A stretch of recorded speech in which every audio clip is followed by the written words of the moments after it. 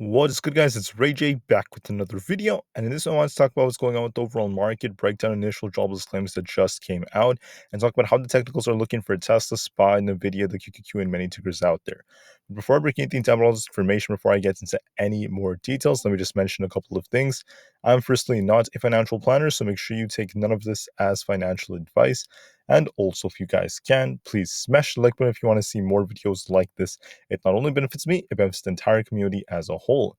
And finally, don't forget about the Moomoo link. The offer ends very soon. If you deposit $100 into the account, you are guaranteed 5 free stocks with a $50 cash reward. The offer ends in just 2 weeks, so check it out before they run out. With that out of the way, let's get on with the video. Anyways, looking at SPY, this thing's up 0.3% as of right now, and initial jobless claims came in as expected, and the market is now trying to hold up. And overall, the market has been trying to rebound since we ended up seeing the pre-market start.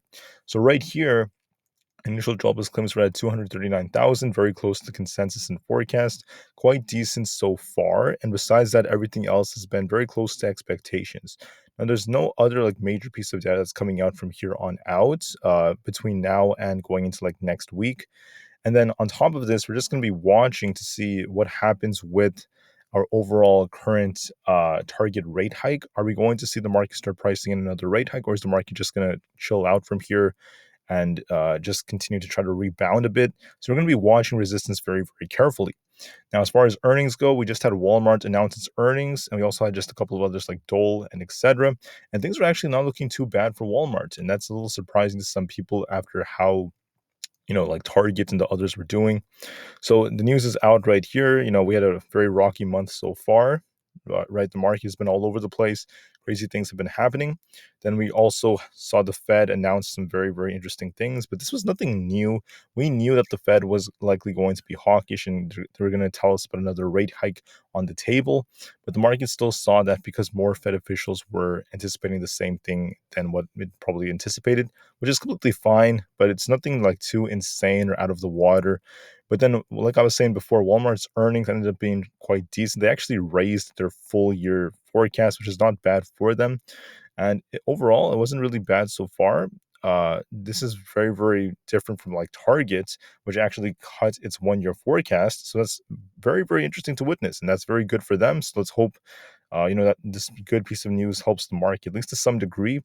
Now, besides all of that, let's now talk about the market. How is the market looking? Well, I want to look at the market from a level basis. I could actually start off with Tesla, for instance.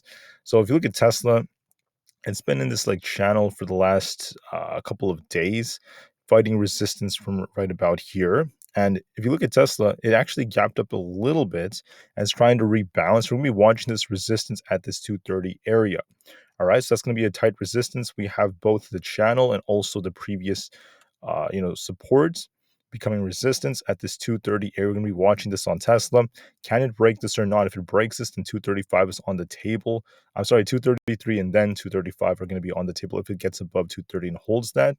And if it manages to hold at these levels, don't forget we also have our 200 EMA at 237 right about here on the 30 minutes time frame. So I'm not saying it's going to go all the way up there. So far, the news has been decent for Tesla, but we're going to be watching this test right here. If it rejects off this, we're going to be watching 230 become support.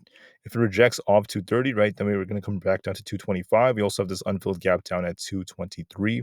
I'm just going to watch this on a level basis, guys. I'm not going to try to predict this perfectly because of the fact that the way the market moves is sometimes there's trickery after the FOMC minutes. Like yesterday, we saw the market sell. Right? We saw the market just drop and drop and drop. Well, there's a chance that that wasn't truly the real move. Sometimes things like that happen where the market ends up bouncing a little bit afterwards. Sometimes it could just be an exaggerated drop. Sometimes it could be a trap to get a lot of people into puts so that they could just pump the markets. All sorts of things could happen. I'm not saying that the market will pump for sure for the majority of the day, but there will be an attempt to rebound. And we're going to be watching where does the market reject or not, where could the market break, and that's what's going to be very important. So once again, watch this 230 resistance on Tesla. I think it's going to test this, and we're going to see if this could break or not.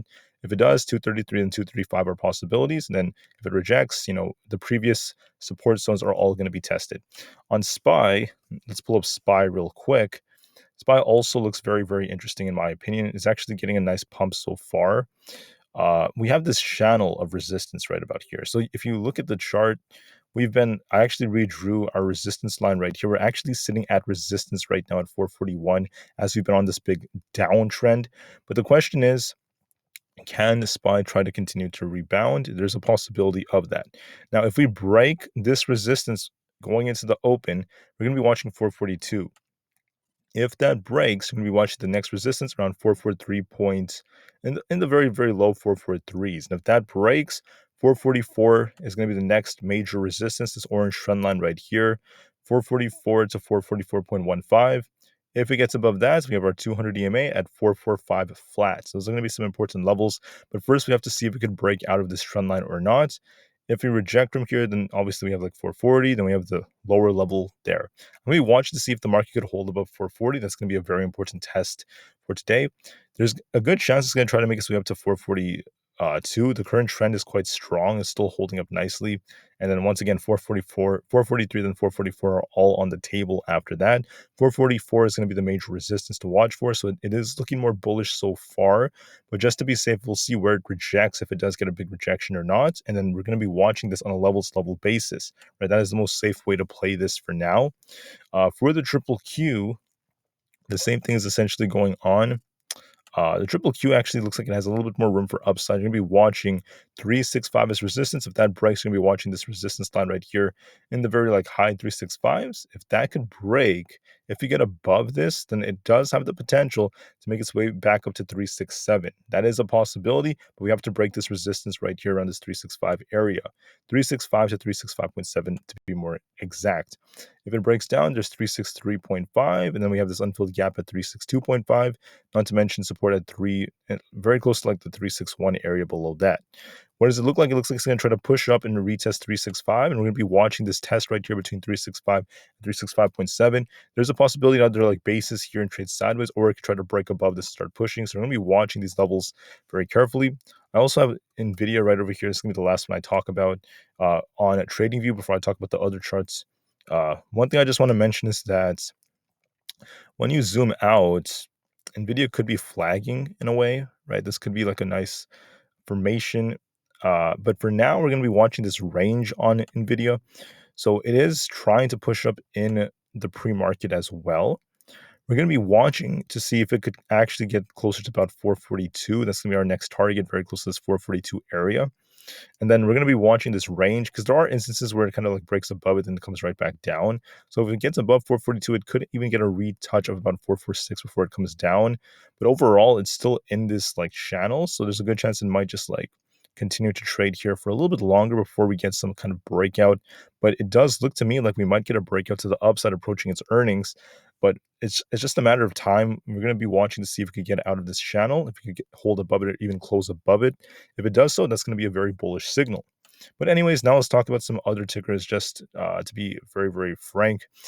With Aapl specifically, Aapl is currently at 176.78. Going to be watching resistance at 177 flat. That's very close to our 5 EMA. If it gets above that, let me actually go on the 30-minute time frame just to show you.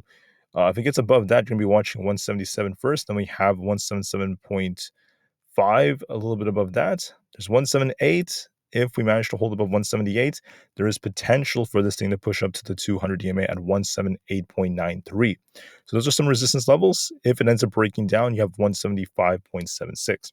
So what does this look like? In my opinion, it looks more bullish. It looks like it's going to try to make its way up to 177. Going to be watching 177. If that breaks, 178 is on the table. Let's see if this rejects or not. If we do get a rejection, come back down. That is a possibility. But first, let's see the test. Let's see where this thing tests. Let's see where resistance tries to halt it. Let's watch that first just to be safe. All right.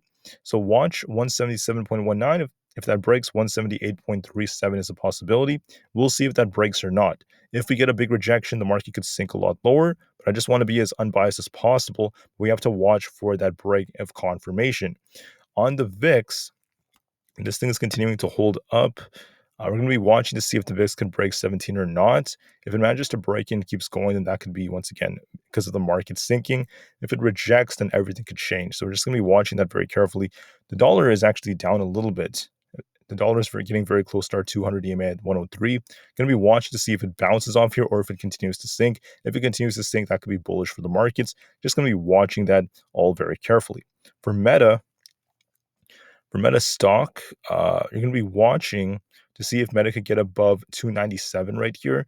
If it manages to break, so first we have to get above 295 and then 297. If it breaks that, there's 298. Get above that, then 300 to 302 are all possibilities. If it breaks down, right, we have 292 as support.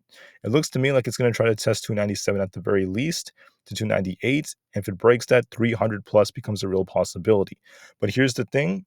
Even if it does try to get to 300 plus, you have to be very, very careful because of the fact that there could be a rejections coming somewhere around here. So we're going to be watching the levels carefully.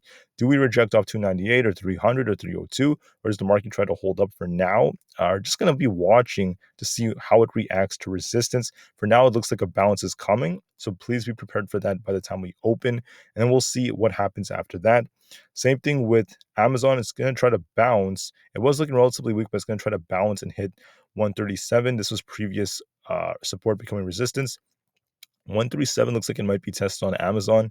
And we're going to be watching to see if it could break the 200 EMA or not. This is going to be some resistance. If it gets above this, it's going to have more potential to push all the way up to this imbalance.